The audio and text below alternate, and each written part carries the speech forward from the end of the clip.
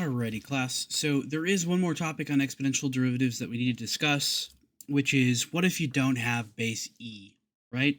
So here we go. Here's an example. What if I want to take the derivative of 5 to the power of sine x? Okay, if this were e to the sine x, I know exactly how to do that. I just use chain rule and I use my exponential rule and I'm done.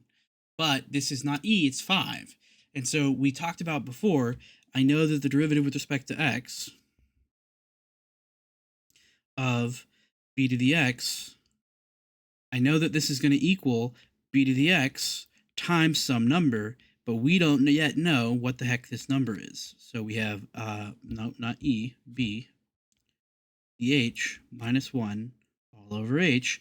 And so we'd like to pin down for sure what that number is so that we can do these derivatives, okay? I'm going to show you guys how we do that. So before we do this problem, we need to talk about some other stuff. I want to remind everybody, it may have been a while since you've done this, so we'll do a brief recall from your pre-calc class that y equals 5 to the x is true if and only if x is equal to log base 5 of y, right? So there's a inverse relationship, an inverse functional relationship between the exponential and the logarithm. And so similarly, if y is equal to e to the x, that's true if and only if x is equal to the natural log of y. Okay, so there is an inverse law here where exponentials are inverses of logarithms, right? And that's true both ways. Logarithms are inverses of exponentials. Why does this matter? Well, basically what this lets us do is, if you remember a little bit about your inverse functions, if I take f and I compose f with its inverse, those cancel each other out and I just get x back. And similarly, if I do it the other direction, if I do f first, the inverse second, I still get x, okay? So for us, what this allows us to do is, if I take the exponential of the natural log of x, I just get x back. And if I take the natural log of e to the x, I also just get x back, okay? Because they're inverse functions, they cancel each other out, and I just get whatever that inside of that log was, or whatever the inside of the x, e to the x was, okay? So again, why do we care? Well, what this actually lets us do, and I'm going to specifically hone in on this tool right here, is it lets us rewrite any x. Let's rewrite this the other way. It lets us rewrite any x in terms of e. Okay, I can write any number using this rule as a power of e. Okay, I can write any number as a power of e. So for example, 5 is going to equal e to the natural log of 5. Okay, this is really nice because I can use e as my base for all exponential functions by using this rule. So bringing it back up top, when I take the derivative with respect to x of b to the x, I don't know how to do that. So what we'll do is we'll rewrite this as d dx of, I'm going to write it like this, b inside of parentheses to the x, and I'm going to replace, instead of 5, let's do it with b. b is equal to e to the natural log of b, right? I'm going to replace this, and I'm going to say, hey, this is the derivative with respect to x of e to the natural log b to the x. Okay? E to the natural log b to the x.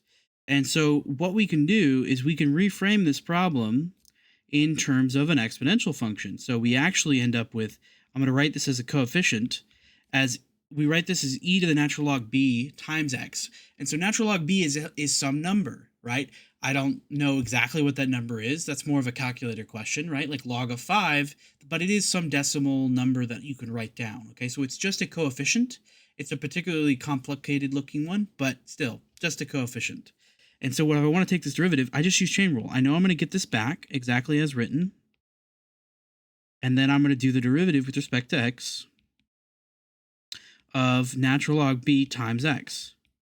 Okay? Well, the natural log of b, that's a constant. It's a number. And so really, I'm just doing the natural log. Whoops. Dang it. I keep hitting stuff with my palm. I apologize. We're just taking the derivative of x, right? The derivative of x is 1. So really, this is the natural log of b times e to the natural log of b x. Okay? And this, again, we rewrote it very deliberately like this, but really, if you remember, coming back up here, that's just b. E to the natural log b is just b. So really, we're going to write our final answer not in terms of e. We're going to use e as an intermediate middleman to do the derivative, but we're really interested in this as my final answer. Okay, so the derivative of b to the x is equal to natural log of b times b to the x. And again, natural log of b, that's some number. What number? Well, bringing it back to the limit definition, this limit definition up here, okay, this guy right here, that is actually equal to the natural log of b. Okay, believe it or not, that limit is the limit definition of the natural log. Okay, so that is the natural log of b. And so those numbers we saw earlier, I'm going to flick this backwards, so just be prepared. I'm going to scroll back. We're going to scroll back to the previous video's table. This is on page 35.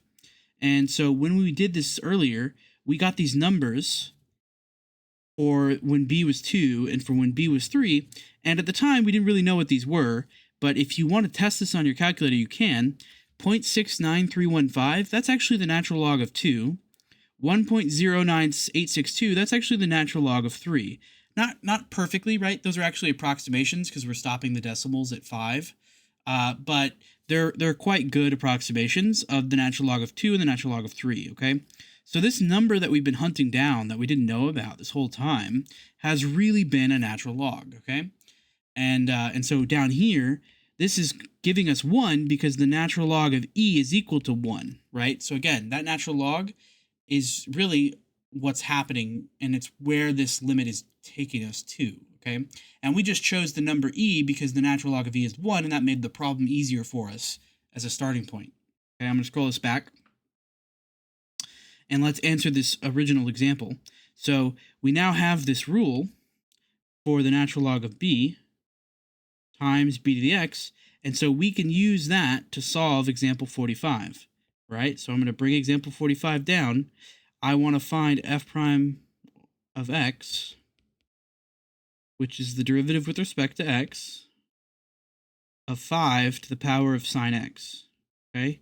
Well, I now know how to do this. My b in this rule, my b is 5, and so I'm going to have the natural log of 5 times 5 to the power of sine x. Okay, I don't change it. Remember, when you do change rule, when you do chain rule, you don't change the power. So I have 5 to the sine x times the derivative of the inside. Well, that's the derivative of sine of x. So I have natural log of 5 times 5 to the sine x times, well, what's the derivative of sine? You guys should know this, cosine. And so I'll put it all together. I'm going to put natural log 5 in the front as a coefficient. And then I'm going to have 5 to the sine x. I like to put a little multiplier here just to really emphasize that that's a coefficient. 5 to the sine x cos x. Okay, like this.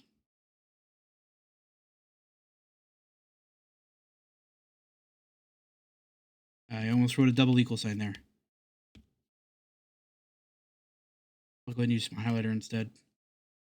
Oh, I apparently missed a chunk of this when I pulled it across. There we go. And I like to just highlight my final answers. If you don't have a highlighter, I would suggest you box your final answers. It's a really good habit to get into. There we go. Okay. And so that's how you do non-E exponentials. In general, you may see a few of these in the homework where you're doing like 2 to the x or 10 to the x, 5 to the x, those kinds of things. Do just keep in mind, the only caveat here is that b needs to be bigger than 0, and that b shouldn't be 1 either, okay? Exponentials don't have a lot of meaning when you have negative numbers.